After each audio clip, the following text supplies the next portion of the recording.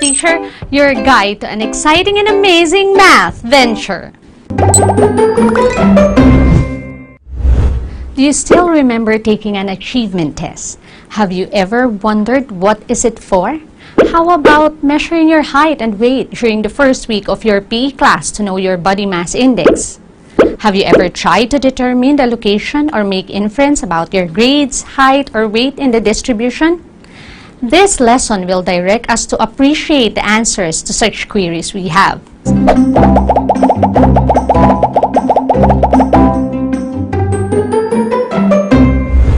Today, be ready to be captivated by the exquisiteness of normality as we delve into our discussion of normal random variable and the standard normal variable.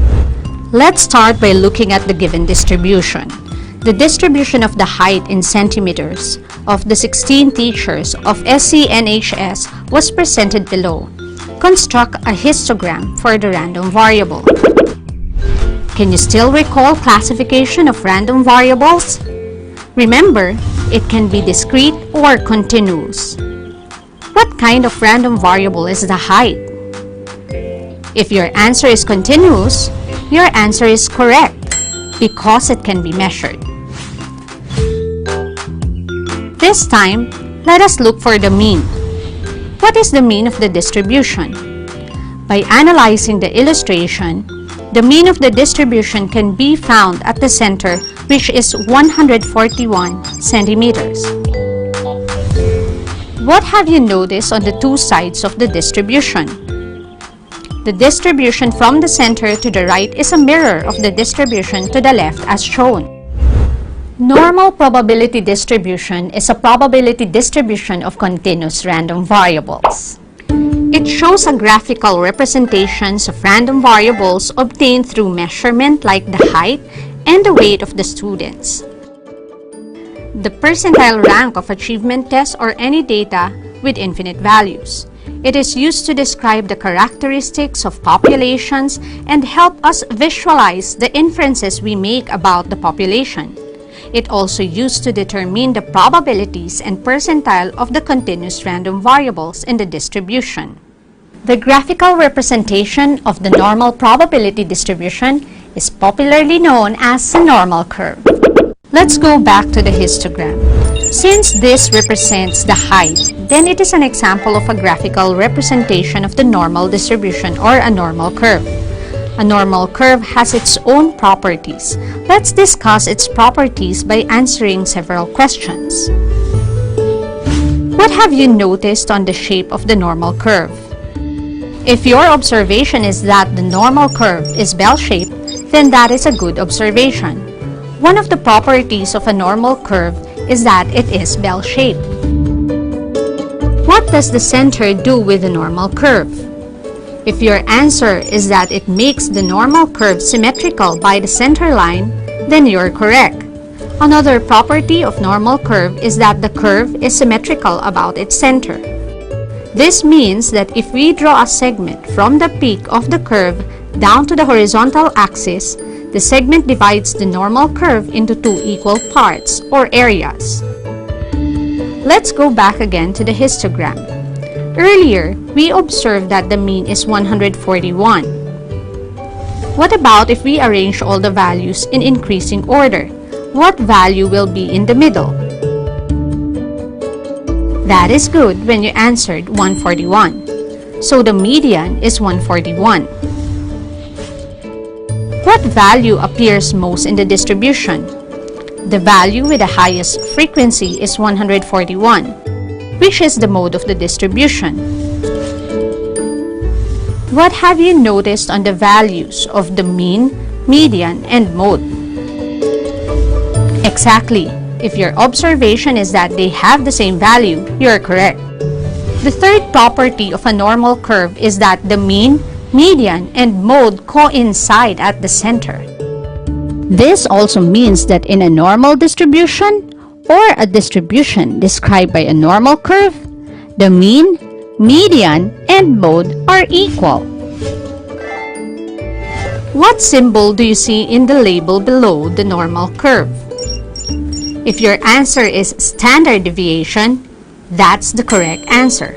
The fourth property of normal curve is that the width of the curve is determined by the standard deviation of the distribution. What have you noticed towards the opposite end of the distribution? The tails of the curve are plotted in both directions and flatten out indefinitely along the horizontal axis. The tails are asymptotic to the baseline. A portion of the graph that is asymptotic to a reference axis or another graph is called an asymptote, always approaching another but never touching it. The last property is that the total area under a normal curve is 1. This means that the normal curve represents the probability or the proportion or the percentage associated with specific sets of measurement values. A normally distributed random variable with a mean of 0 and standard deviation of 1 is called a standard normal variable. It is presented using standard normal distribution where the center of the curve is 0, which is the mean, and added 1 unit from the center to the right and subtracted 1 unit from the center to the left. The shape of a normal curve is based on the two given parameters, the mean and the standard deviation of the distribution. When comparing two distributions, each described by the normal curve, the following are the three situations based on the said parameters. First, when the means are not equal but the standard deviations are equal. What have you observed of the normal curve? Exactly, the curves have a similar shape but centered at different points. Second, when the means are equal but the standard deviations are not equal. What have you observed of the normal curve? If your observation is that the curves are centered at the same point but they have different height and spreads, then your observation is correct.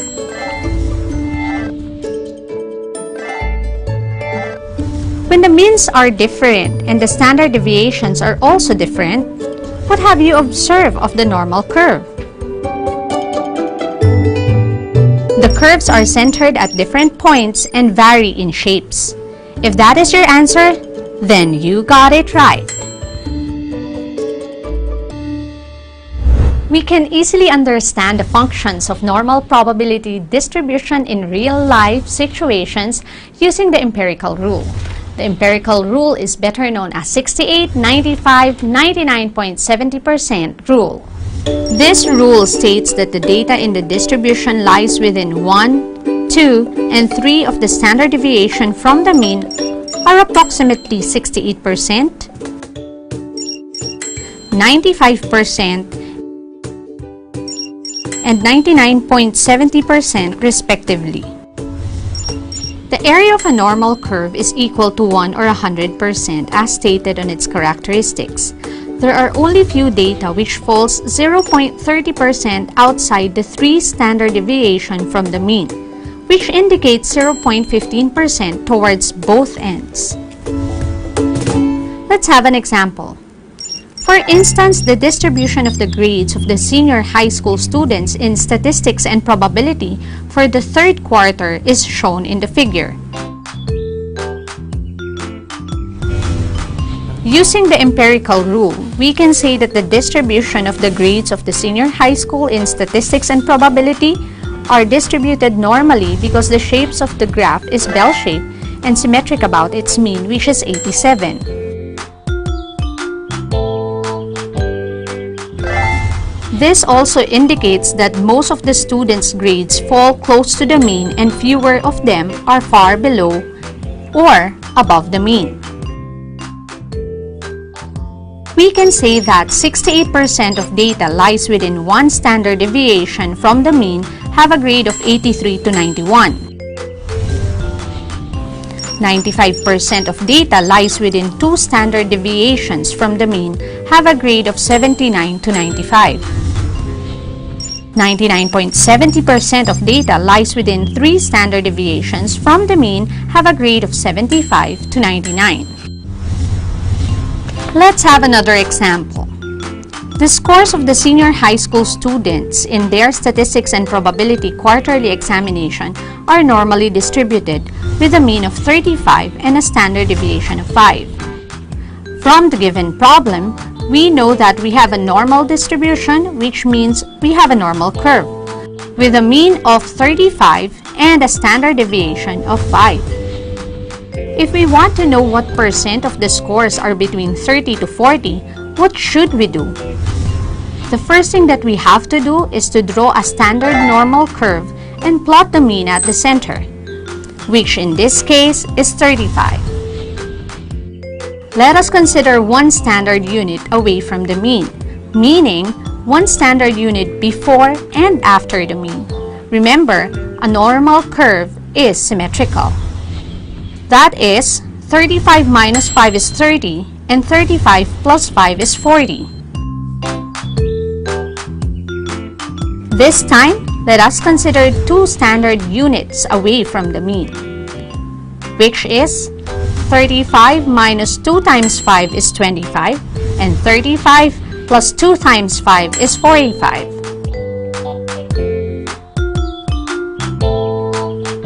This time, let us consider three standard units away from the mean. That is, 35 minus 3 times 5 equals 20, and 35 plus 3 times 5 equals 50. Note that the scores of 30 to 40 falls within the first standard deviation from the mean. Therefore, the scores that fall between 30 and 40 is approximately 68% of the distribution. How about if we want to know what scores fall within 95% of the distribution? What should we do? Since 95% of the distribution lies within two standard deviations from the mean, then the score corresponds to this area of the distribution are scores from 25 up to 45. Let us remember that one of the properties of a normal curve is that the total area under the curve is equal to 1. Since the standard normal distribution is defined as normally distributed random variable having a mean of 0 and standard deviation of 1. The 50% of the region under the curve is below the mean and the other 50% is above the mean. We can easily identify the area of the regions under the normal curve by using the table of areas under the normal curve, which is also known as Z-table.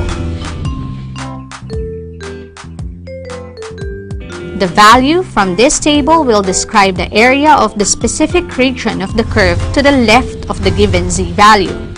But have you wondered how are we going to use the table of areas to find the area under the normal curve? Let's have an example. For instance, we want to find the area to the left of negative 1.69. First, split the given Z-value into two parts. One part is the ones and tenths together and another the hundredths. Then, the intersection of these numbers will be the area of the normal curve to the left of the Z-value. The area to the left of Z equals negative 1.69 is 0.0455. Note that the area under the normal curve will always be less than 1 since the total area under the normal curve is 1. Now let's consider a more organized way of finding the area. To be able to find the area of the corresponding Z-value, we need to consider several steps. First, draw or sketch a normal curve and locate the given Z-value on the normal curve. Once you have located, put a boundary line. Second, shade a region of the curve according to the condition of Z-value, whether it is below, above, or between.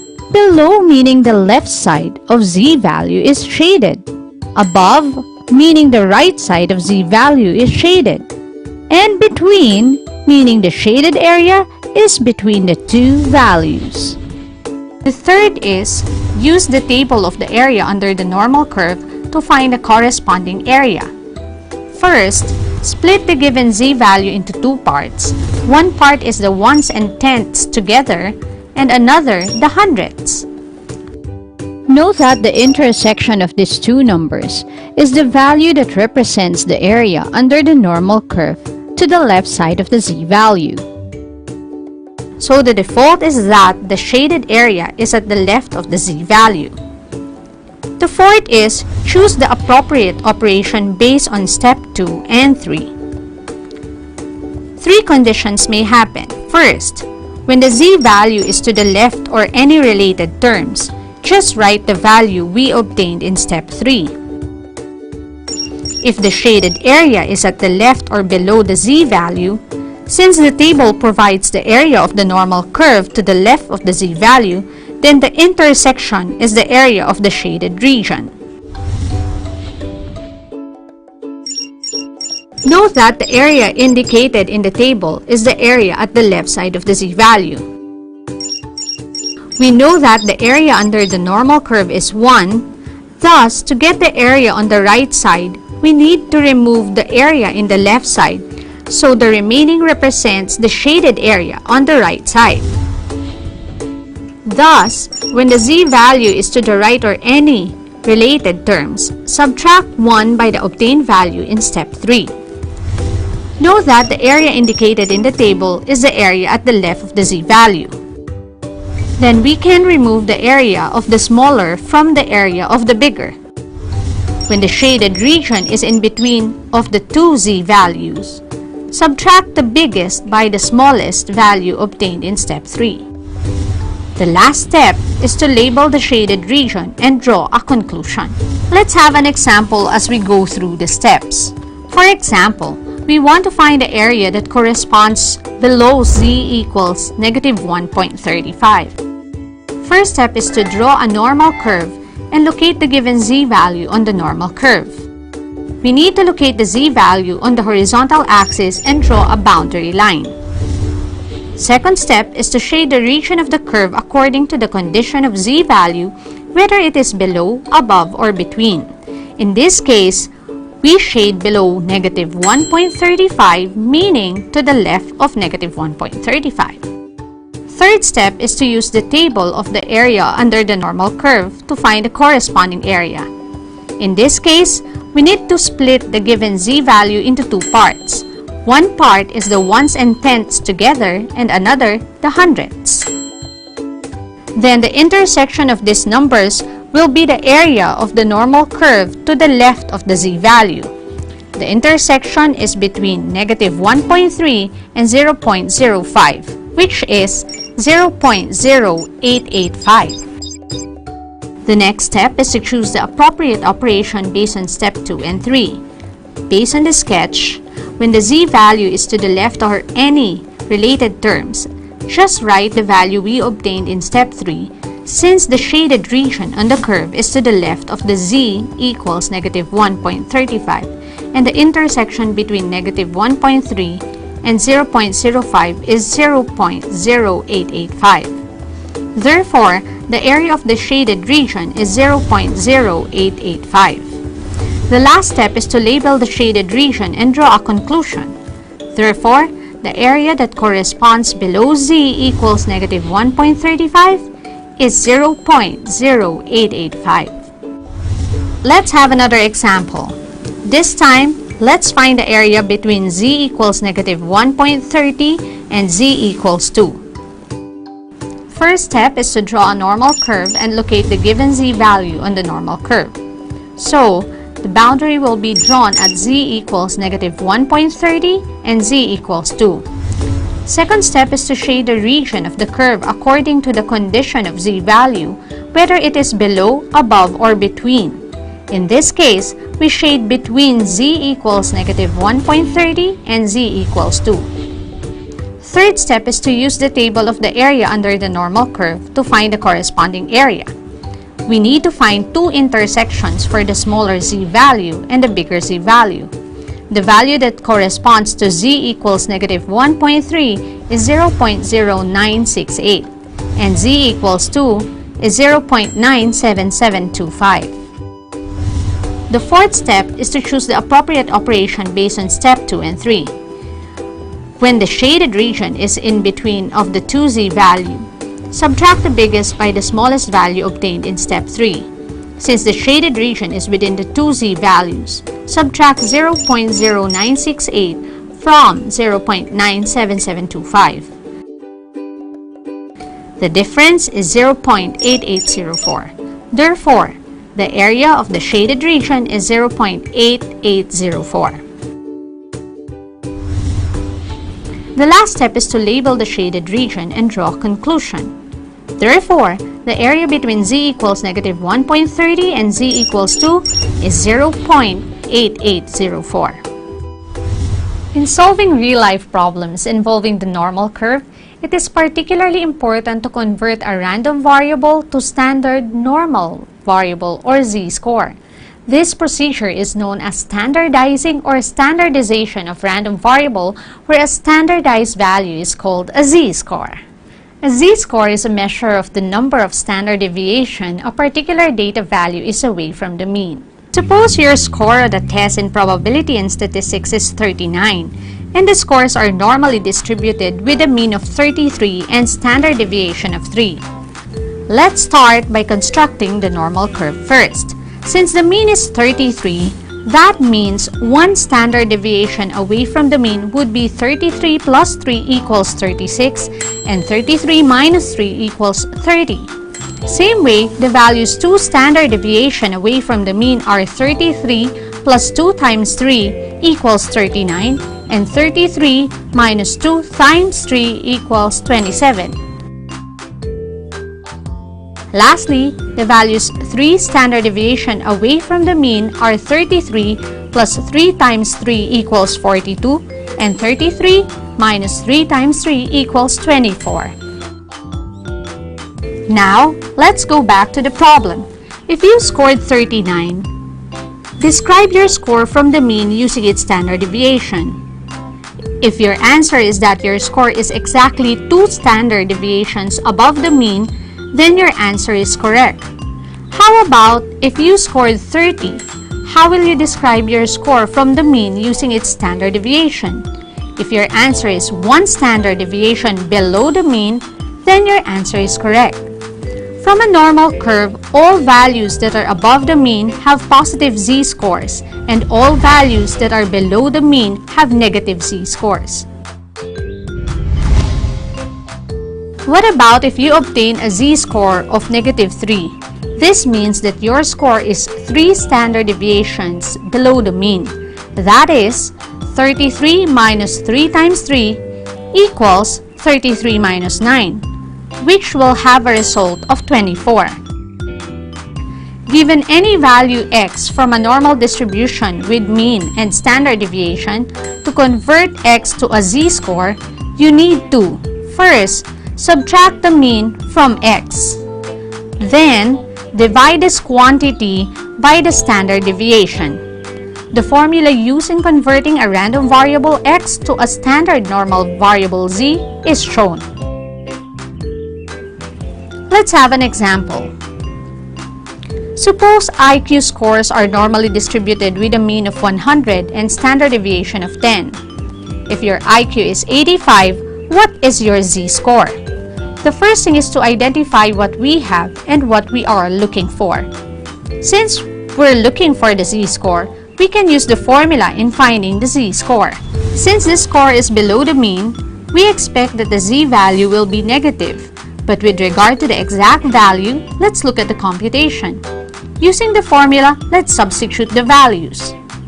Performing the operation in the numerator, we have negative 15, with the denominator is 10, then the z-value is negative 1.50. If you obtain the score of 85, this means that the z-score is negative 1.50. Let's have another example. The heights of teachers in Santa Catalina National High School are normally distributed with a mean of 150 centimeters and standard deviation of 15 centimeters. The height of Sir Victor has a z-score of 3.25. What is the actual height of Sir Victor? In this example, the z-score is given while the normal random variable is unknown. So let us derive the formula for the z-score. Let's multiply both sides by the standard deviation. add the mean on both sides, then we can solve for the score using this formula. To solve for the score, let's recall what we have and use the new formula. Note that the z-score is 3.25, which is positive, meaning the score is above the mean. So let's substitute the values and solve. The product of the z-score and the standard deviation is 48.75. Increasing the product by the mean will give us 198.75. Thus, the actual height of Sir Victor is 198.75 centimeters. Today had been a great learning experience. So, see you next week on another Math Venture with Teacher Reb. Remember, don't stop until you're proud. Learning math takes time. Bye!